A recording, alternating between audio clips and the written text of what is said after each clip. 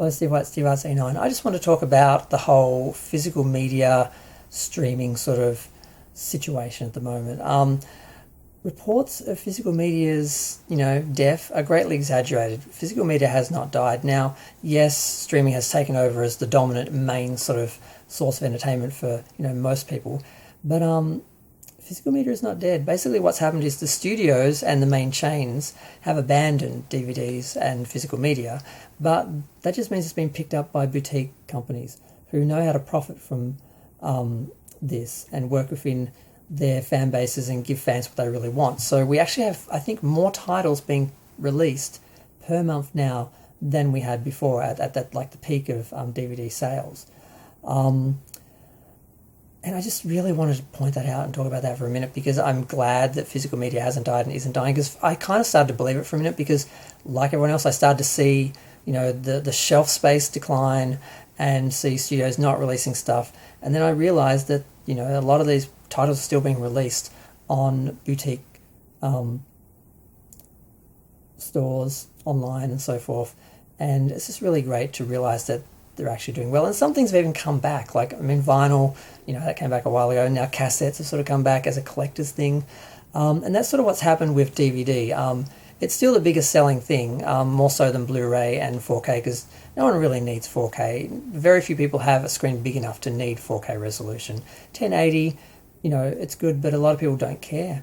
So a lot of people just still buy the DVDs. And I'm just glad they're not dying. I'm glad they're still around, and I'm still going to be able to buy stuff. And it's just, when you look at the streaming model, all the difficulties now that they are sort of dealing with, because they've sort of hit a wall, they've hit a roof with streaming, where for a while, of course, it was sold as this be-all, end-all savior of entertainment. There was going to be, all these libraries in the sky where you just logged in and everything from anyone's catalogue you ever want to see would be available to you. And we've all learned that's not true. Between the servers and the licensing and so forth, you never know what show a streamer's going to have, how long they're going to have it for, if it disappears, how long it disappears, if you'll ever be able to see it again. And that's obviously a lot less reliable than having your own physical media library. So, and of course advertising now, because they're not making money out of streaming, because they thought if they just kept spending money on new content, they would just draw in all these subscribers and it would just be this endless growth. And that was never going to happen, because there was only a certain amount of people who watched TV seriously and would pay for entertainment. So that was always going to hit a wall. And it has with Netflix and Disney. They're not getting as many people and they can't spend as much money as they used to. So now, not only are they cutting back on the shows they're producing, they're also cancelling shows that have already been made, because the money it would cost them to put them on the servers and advertise them, they don't believe they're going to get back. They're just going to lose money, so they're not even releasing them. Things like Nautilus, the Spiderwick Gallery Chronicles, the Doogie Howser remake, and other things that we done. Prodigy sort of suffered that fate as well. Batgirl. It's cheaper for them to just not release the finished product they've spent money on than it is to release it, spend money on that and get nothing back. And now we have advertising in, like Netflix said they'd never have adverts. Now they will.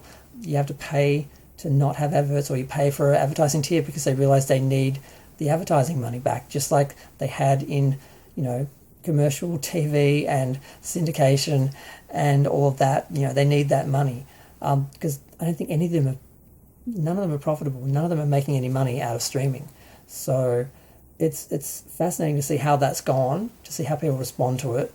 And I'm just glad physical media isn't dead. I'm tired of people with an objective saying it is, because basically there are people pushing streaming because it makes money for them. It's what they sort of want to promote, but it's not the best thing for everyone, and not everyone is embracing it. There was a sort of peak sort of during the what, where people were locked inside for a couple of years, but then that just made people appreciate cinema more, and I think physical media more, and collecting more, and people who take it seriously are taking it seriously. And cinemas are doing better. The excuse was, they were making excuses, but with films like Barbie and Oppenheimer and that, and No Way Home, and Spider-Verse. Clearly, people do want to go to the cinema for the experience. They just want an event. So cinema's not dying, physical media's not dying. Streaming is hitting a wall, and at some point they're all going to have to find a balance and work together because they all have their own different merits. And I'm tired of people picking one over the other and gaslighting. And I have people in my notes saying, "Oh, streaming's gone," and I'm like, I mean, physical media's gone. Streaming is going to rule and everything. I'm like, catch up. But yeah. I'm going to go. Feel free to share, like, comment, subscribe. Let me know what you think. I love cinema and media. I take it very seriously. I'm glad that physical media is still being made and it's doing as well as it is. And it's going to continue doing as well as it is. It's not going to go away. It has an audience. It has a market. Yeah.